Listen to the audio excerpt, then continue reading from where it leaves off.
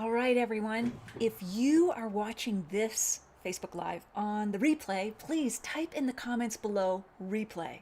And of course, if you're here with me live, type live. I want to know who is catching this on the recording versus who is here live. Tonight, we're talking about kosher wines. This month, two of the most important Jewish holidays, Rosh Hashanah and Yom Kippur, take place, and wine is an integral part of the celebrations. Why is that? What do kosher wines, modern kosher wines, taste like today? That'll surprise you. And did you know that 50%, up to 50% of kosher wines are bought by those who are not Jewish? So, again, please, if you're logging in just now, tell me where you're logging in from, what's in your glass, what's the weather like where you are today. Today was kind of a little bit rainy for us, a little bit overcast, and I'm just going to click into the Facebook. The Facebook seems to be working. Yay! Okay, let me go back to my Facebook page and we shall see. Okay, here we go. All right. Yep, there we're live. Okay, now I'm ready to see who's coming in the door. There you go. Okay, guys, there's always a little bit of a hiccup right at the beginning. You never know with all the Facebook changes so quickly, all the rules and so on. So, hello. I see you're here. Tell me you're here in the comments, please. Where are you logging in from? What's in your glass? Have you tried kosher wines? Hello, Beverly. So glad you're here from Southern California. It's hot and smoky from the fires. I'll bet. Cynthia is also here. She's logging in from London, Ontario.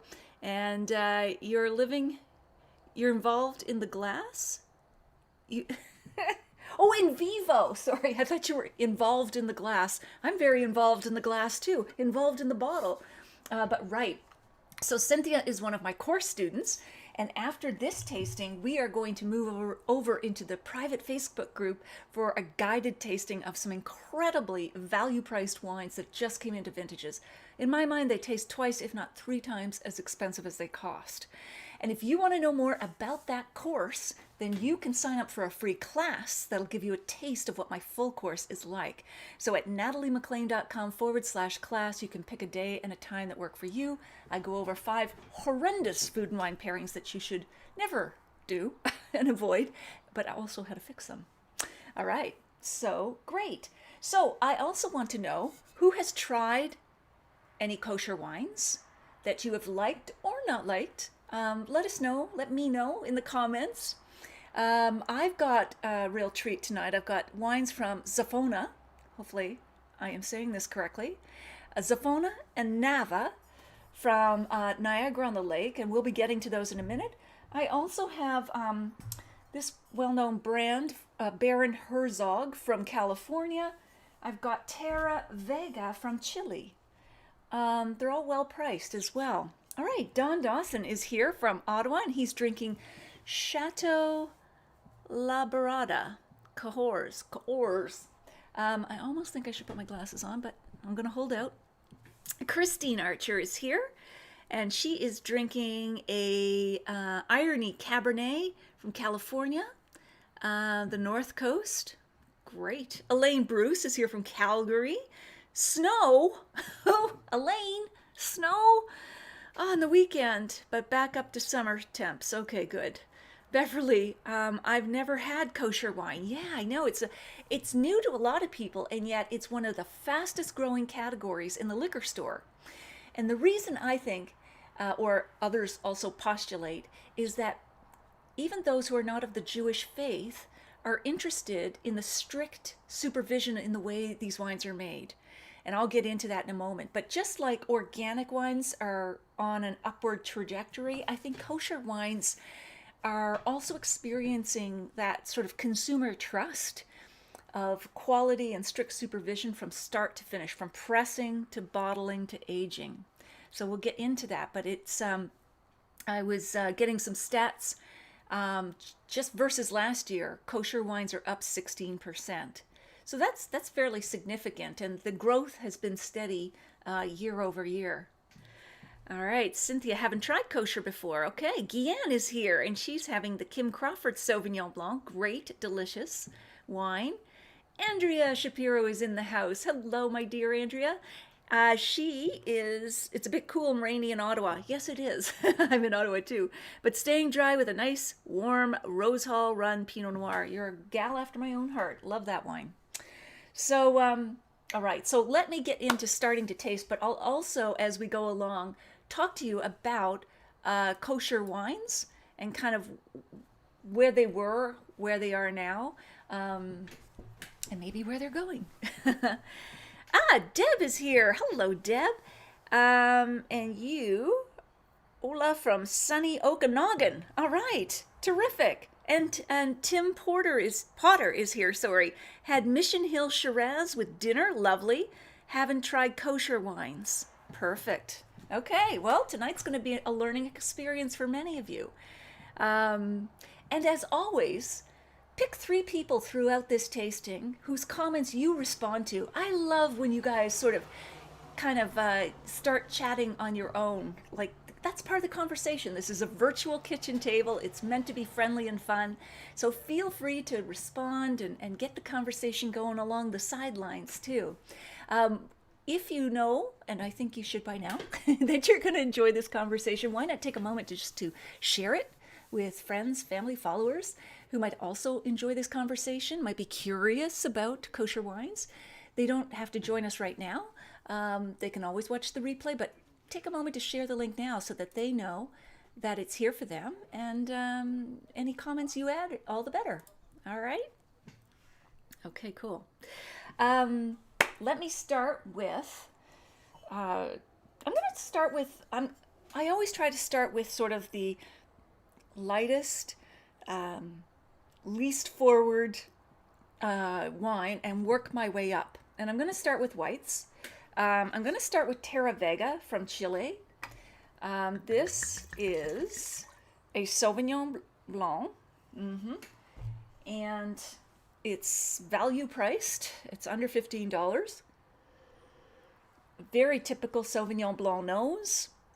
So you've got your grass, your chives, your I guess gooseberry. I find it hard to pick that out. I don't know about you guys, but anyway.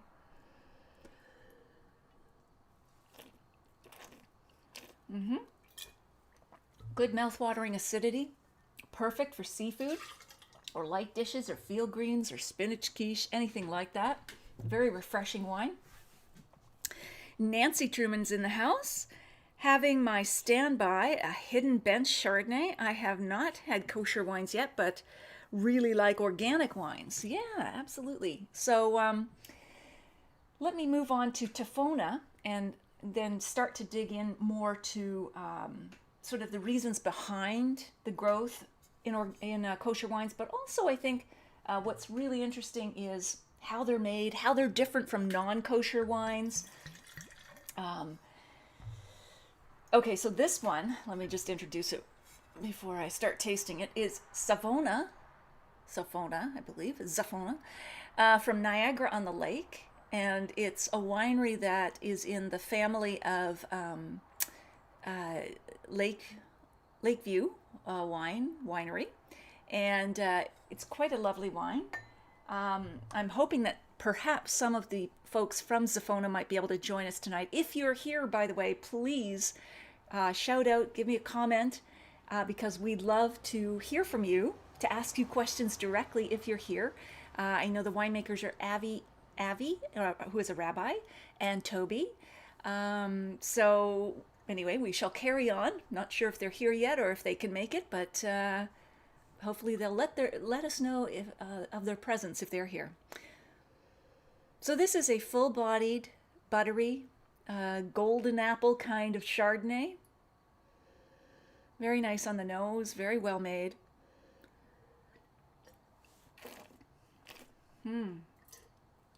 Nice toasted hazelnut, butterscotch on the palate. Very nice. So let's dig into some of this. So as I said, the two of the most important Jewish holidays take place this month, Rosh Hashanah and Yom Kippur, Yom Kippur being the New Year. And wine is an integral part of both. Now, traditionally, kosher wines did have a reputation of being kind of sweet and characterless, But that is back in the bad old 1970s. Okay, so we need to move on with our mindset from those days and look at what's happening now with kosher wines. Because, like all wines, technology has improved, understanding of grapes, soil, weather has improved with kosher wines. There's now far better temperature controlled fermentations. Just a host of factors have really contributed overall to a real quality revolution in the way that kosher wines are made, and as a result in the way that they taste, which is good news for us. So essentially, what is the difference between kosher and non-kosher wines? So kosher wines are made using the same techniques as normal wine, regular non-kosher wines, except that there are no leavens, wheat, or animal products used in the process. So for example, non-kosher wines might use fish, gelatin, or egg whites to fine the wine, to fine or filter it. So those are proteins that will naturally attract particulate or sediment that's floating around in the wine, and then it will fall to the bottom in non-kosher wines, and they'll rack it off. They'll take off that sediment to clarify the wine. Kosher wines are filtered or fined either with a kosher fish gelatin or more frequently a bentonite clay, which does the same job. It's just a different material and it's non-animal based. So that's why often kosher wines are vegan friendly or vegan. Something to keep in mind if you are looking for vegan wines. All right, so that's kind of interesting. The other key difference between kosher and non-kosher wines is that for a wine to be kosher, only Sabbath observant Jewish individuals can handle the wine from start to finish. So from pressing the grapes to putting them in the barrel, making the wine. And then after the wine is barreled, it receives a rabbinical seal from a rabbi, and then a shomer or a watch guard is hired to make sure that the wine is not touched or handled improperly. All right, so that's kind of the key difference between kosher and non-kosher. Hello, Karen McNeil. Oh, how are you? Or no, Karen Mitchell. Sorry, Karen. Don't have my glasses on. I think I'm going to have to start wearing these. I'm here, but will sadly prepping for dinner. That's okay. You can keep us on your iPad if you want, Karen. Apparently, there's a Raptors game, I'm told, tonight. But also, apparently, if the Raptors don't start scoring more goals, baskets, points, I'll have more people online with me here drinking or drowning their sorrows. Yes, Karen likes Lakeview wines. Yeah, they're a good winery. It is delicious. It is delicious, Karen. Elaine Peters is here with Ralph. All right, in St. Catharines? No problem. So glad you could join us. Elaine, we have Zafona down in the cellar. Have had way too much Manish. How do you pronounce this? Manashovich and Morgan David in my youth. I don't know if I can pronounce this correctly, but they are two brands that were well known kosher, but they were not well made. I don't know if they're still around. Manashovich. Okay. So, but suffice to say that kosher wines have come a long way. They are really as good on par with non-kosher in terms of quality and taste. They have these different ways of being produced. All right. So, hey, Grace is here. Hello. What are you? Manischewitz. Thank you for the pronunciation, Grace. Manischewitz. All right. If you're just joining us, please tell us where you're logging in from. City, state, province. What's the weather like? What's in your glass? Have you tried kosher wines or not? I would love to hear from you. And all the people who are lurking. It's fine to lurk, but I'd love for you to say hi. And also, if you're watching this on the replay as a recording, please just type the word replay and answer any of those questions too, because I want to hear from you as well. I dive into the comments throughout the week. All right, Raphael is here, and Elaine, and Grace, you're welcome. Thank you. Okay. Yeah, I'm definitely going to wear glasses from now on. Okay, so let me try the Zafona Riesling next. And again, from Niagara on the Lake. All right, nice pale straw color. Lovely, lovely white peach, little bit of whetstone, classic Riesling aromas on the nose. Oh,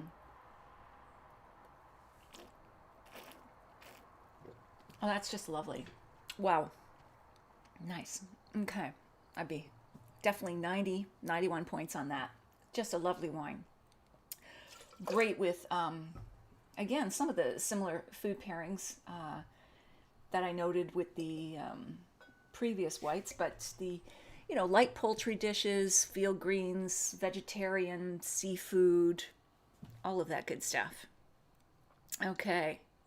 So, yes, yeah, do look for it, Christine. I know there aren't a lot of kosher wines, but what happens in September, especially up to the lead up to Rosh Hashanah, which I think it's September 26th. Maybe somebody knows here or can Google it. I think Yom Kippur is September 29th this year. The dates do change from year to year.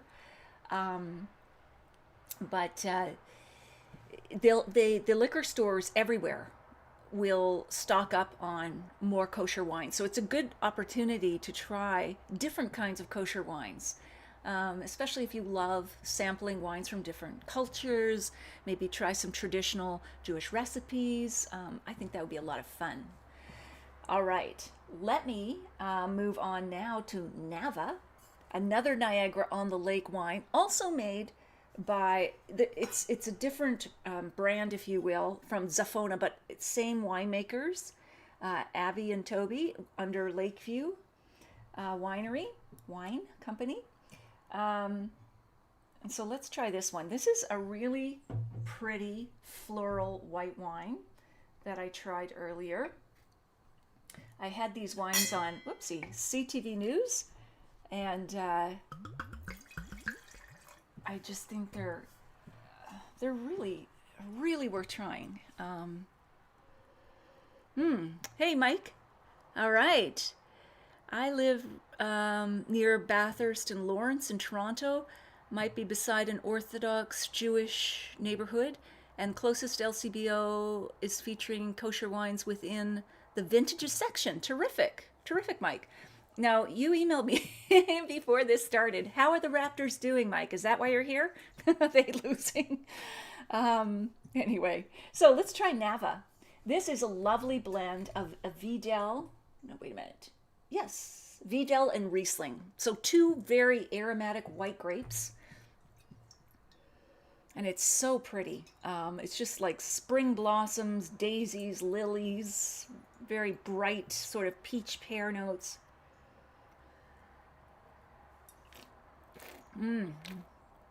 Okay, so this is off dry. That's another sort of misconception about kosher wines, that they're all sweet.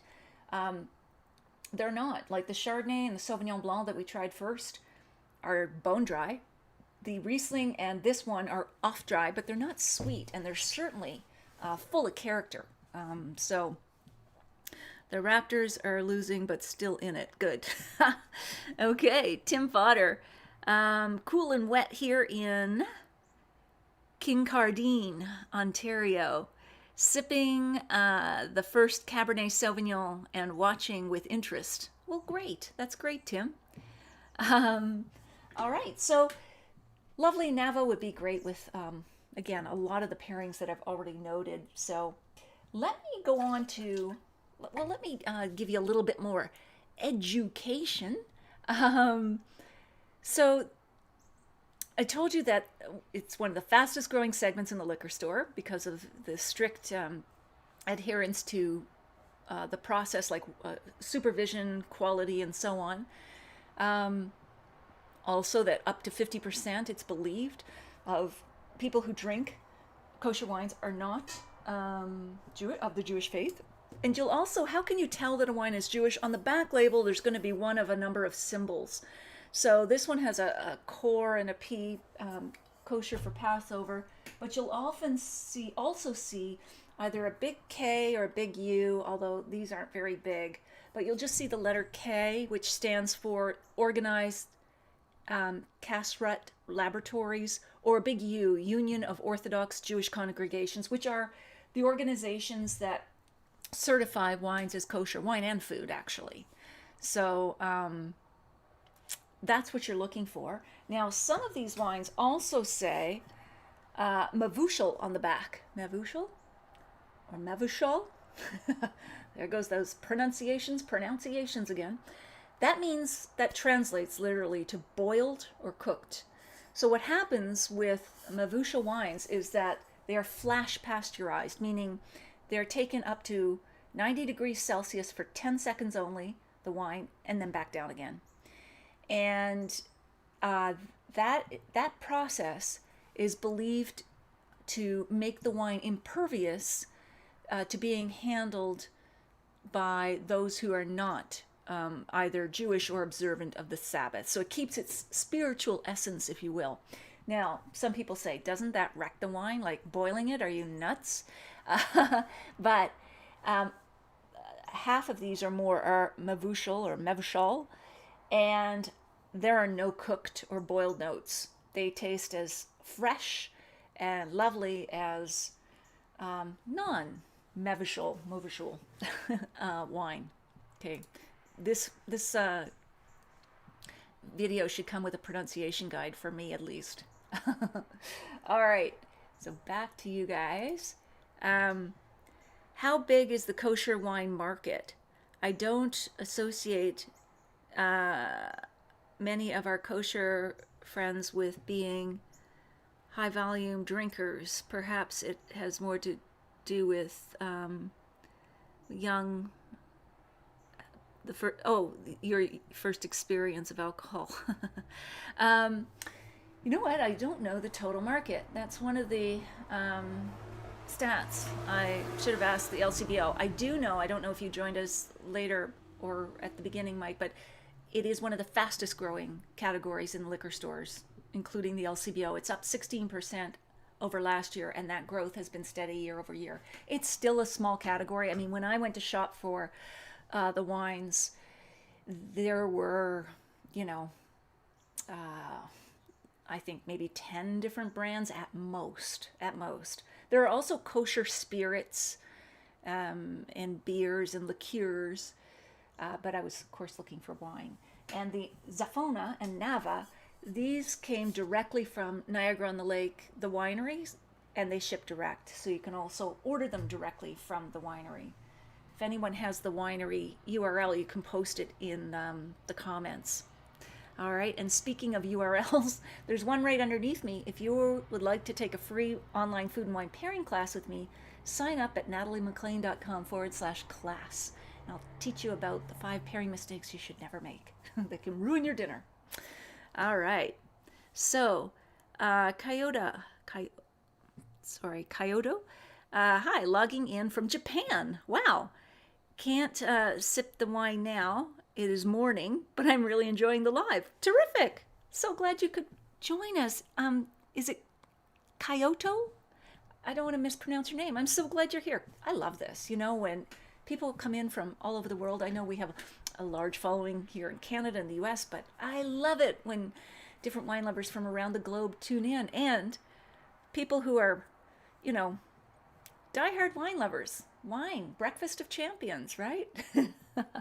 Jocelyn is here from Edmonton with Broken Bridge Pinot Grigio. All right. Andrea, Rosh Hashanah, September 18th, thank you, 20th, and Yom Kippur, September 27th to the 28th. Thank you, Andrea. That's really helpful. Okay, cool. Isa from Sudbury. All right, Isa, I'm so glad you're here. Welcome. What's in your glass?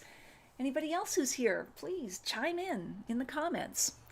Okay, let me tell you a little bit more about Where are kosher wines produced? So we already know here in Niagara-on-the-Lake, Israel, of course, would be the homeland of kosher wines. The Baron Herzog is from California, and I'm going to taste their rosé next.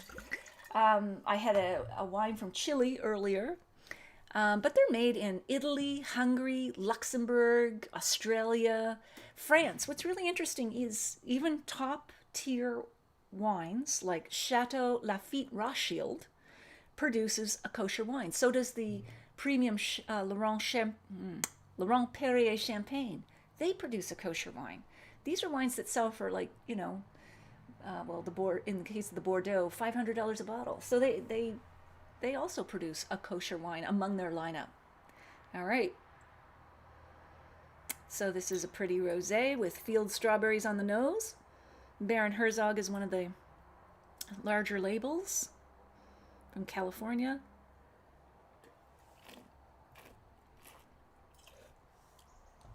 Ripe field strawberries.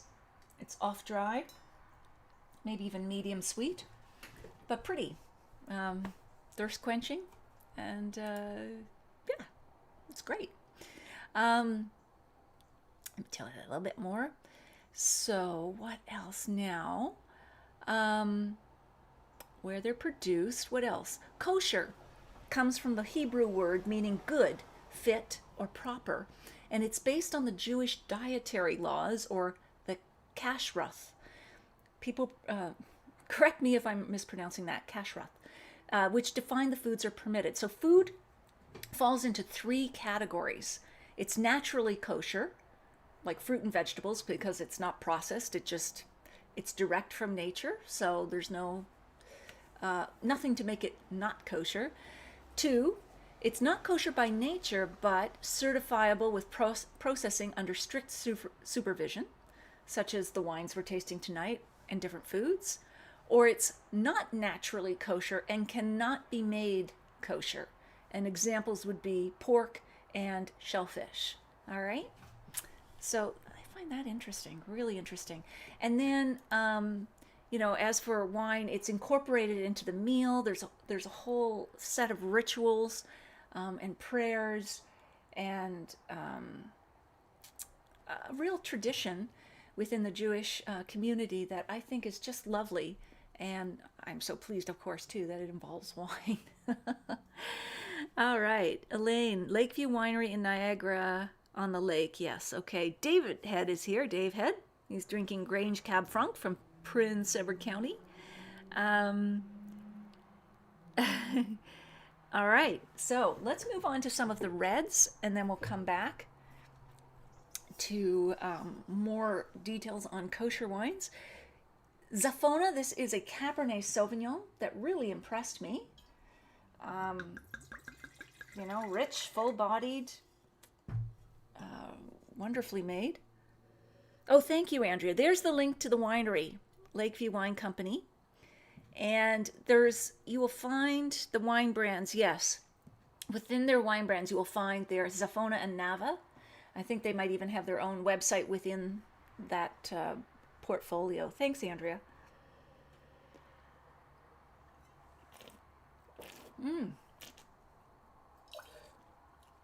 Very nice.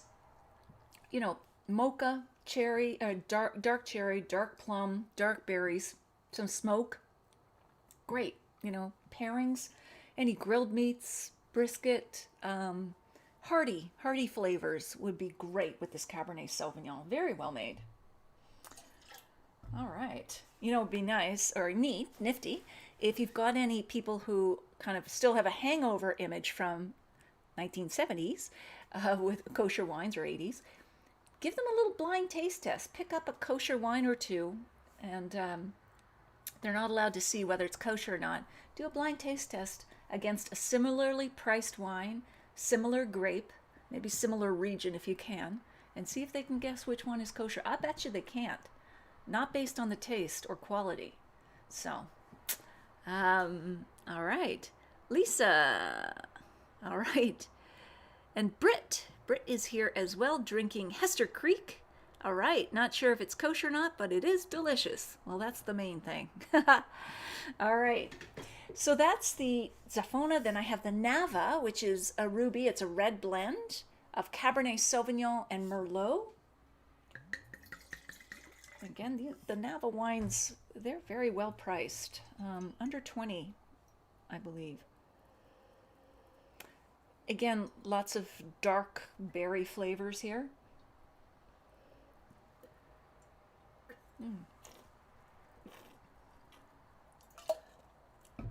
Very nice. A little bit of spit back there. But yeah, savory, juicy. Again, a lot of the similar food pairings would go with that. But yeah, I really encourage you to seek these wines out. Now I have two dessert wines from Zafona that are just the bomb. I mean, they're just so good. One is a Vidal ice wine, and the other is a Cabernet ice wine, Cabernet Sauvignon ice wine. Such a treat. I'll go with the Vidal first. And let's see. Dump these. Glasses are piling up. Wines are piling up. First world problems, right? Oh my God, that's so nice. Vidal, peach preserve, apricot jam. Oh.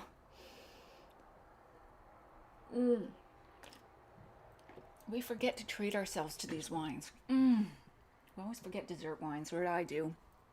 But gotta get back to them. They're pure pleasure, pure joy and happiness. Excuse me for a moment. Oh my God, that's good. Wow. Okay. All right. Circle back, Nat. Cabernet Sauvignon ice wine. One thing that Rabbi Avi was telling me from Zafona was that people confuse wine yeast with yeast in bread, and they're two completely different things. So yes, all wine needs to be made using yeast, but and kosher wines are not, they're not used, or they're not made using anything associated with wheat or leavens.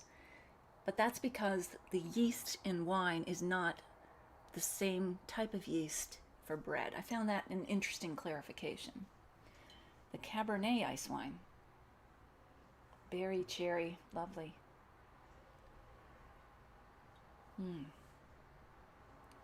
Oh my. Satin cherry cushions. So voluptuous, so nice. Wow. Oh, I wish I had the same appreciation like you and my wife, Renee.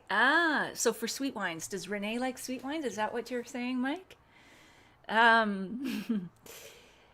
well, when I get onto them, like the dessert wines are just so lovely. They just pack so much pleasure. Always interesting, Andrea says, to see ice wines made from red grapes. A bit rare. They are indeed, aren't they, Andrea?